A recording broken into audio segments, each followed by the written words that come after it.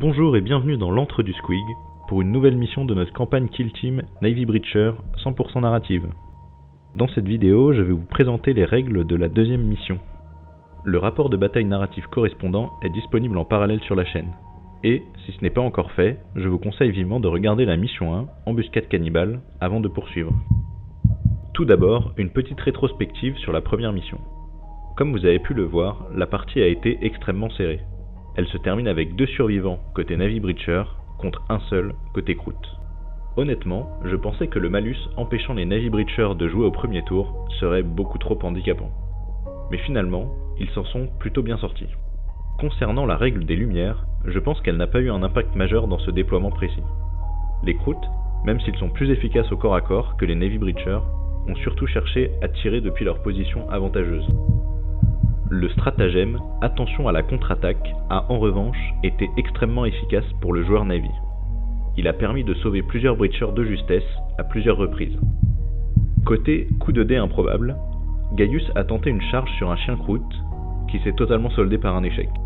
Il a été tué sans infliger le moindre dégât. A l'inverse, l'Hoplite a réalisé de très gros tirs, notamment en éliminant le dépeceur en une seule attaque grâce à la règle implacable. D'ailleurs, l'Hoplite s'est montré presque intouchable à distance avec sa sauvegarde à 2+. On a également eu un très beau coup de chance avec le one-shot du Sniper Kroot, touché par un tir de caronade laser. A l'opposé, le courtier Kroot n'a pas été aussi efficace qu'espéré, notamment dans les derniers combats contre le tireur et l'Hoplite, avec des jets assez décevants. Et voilà pour ce retour sur la première mission. Pour cette seconde mission, chasseur ou proie, les Navy Breachers vont cette fois affronter un groupe d'éclaireurs tyrannides, les bondisseurs de Von Ryan. La partie se joue sur la carte Contact perdu, issue du livre Dans le Noir de l'édition précédente.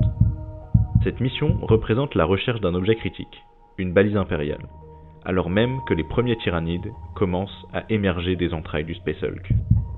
Pour cette partie, plusieurs règles spéciales vont s'appliquer. On commence par celle propre aux Navy Breachers. Leur objectif est simple, mais dangereux. Trouver la balise et la ramener dans leur zone de déploiement. La balise se trouve dans l'une des caisses représentant les objectifs. On applique une règle très proche de celle indiquée dans le livre. Une action est nécessaire pour fouiller une caisse à portée d'objectif. Lors de la première fouille, il faudra obtenir un 5+, pour que la balise soit découverte.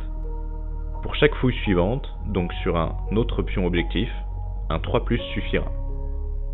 Une fois la balise localisée, une seconde action est requise pour la ramasser. Enfin, concernant le déploiement, on utilisera celui indiqué dans le livre. Passons maintenant aux tyrannides. Pour cette mission, j'utilise une kill team entièrement maison, créée spécialement pour l'occasion.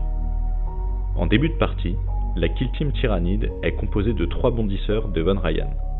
Voici leur carte de référence. Chaque bondisseur dispose donc de 3 actions par tour, d'un mouvement de 7 pouces, d'une sauvegarde de 5+, et de 21 points de vie. Ils sont exclusivement orientés corps à corps. Ils ont donc une attaque avec leur lame chitineuse qui se résume à 4 dés d'attaque, qui touchent sur du 3+, pour infliger 4 dégâts sur les coups normaux et 5 dégâts sur une attaque critique. Avec la règle d'arme fracassante, qui nous dit que si on a au moins un critique, une réussite normale peut être transformée en critique. Concernant les règles spéciales de Kill Team, ou d'unité, ce qui revient au même puisque les 3 bondisseurs ont les mêmes caractéristiques, nous avons donc tapis dans les ombres. Les bondisseurs ont un côté alien où ils sont toujours cachés. Cela se traduit dans les règles par le fait qu'ils sont toujours en ordre de dissimulation, sauf lorsqu'ils sont engagés en combat. Ensuite, les bondisseurs ignorent les couverts légers, et pour une killzone autre que Galop d'Arc, comme Volcus par exemple, ils peuvent se déplacer verticalement sans payer de coûts de déplacement. Et enfin, Ombre Fuyante, qui est le sel de cette kill team. Dès qu'un agent n'est plus visible, c'est-à-dire non éligible par un tir d'agent ennemi, à la fin de son activation, il peut être retiré de la killzone.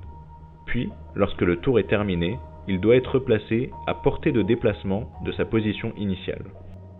Voilà pour la carte de référence. Passons maintenant au subterfuge stratégique. Nous avons donc ruée instinctive. Quand un agent neutralise un agent ennemi, il peut se déplacer de 3 pouces. Bon meurtrier, si si un agent engage le combat après une charge, il gagne plus une attaque, soit 5 attaques au lieu de 4. Prédateur ultime, les bondisseurs peuvent traverser les écoutilles, en passant par les plafonds et autres conduits invisibles, pour 3 pouces de mouvement et sans ouvrir l'écoutille. Et enfin, fondu parmi les ombres, à chaque fois qu'un bondisseur subit des dégâts, il en subit un de moins. Je n'ai pas créé de subterfuge d'affrontement pour cette partie, libre à vous d'en ajouter si vous avez des idées. Voilà pour les règles de cette Kill Team maison. Concernant le déploiement, on utilisera le même qu'indiqué dans le livre. Pour ajouter une pression au joueur breacher, à la fin du tour 4, puis tous les tours pairs suivants, un nouveau bondisseur de Von Ryan apparaît dans le coin de la zone de déploiement des bondisseurs. Ce sera tout pour les règles de cette mission.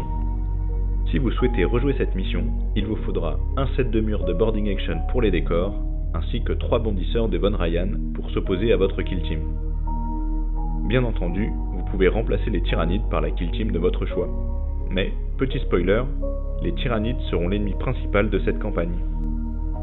Je vous laisse ici et je vous donne rendez-vous très bientôt pour la suite avec la vidéo du rapport de bataille intitulé « Le serment de Lyra, mission 2, chasseur ou proie, la partie ».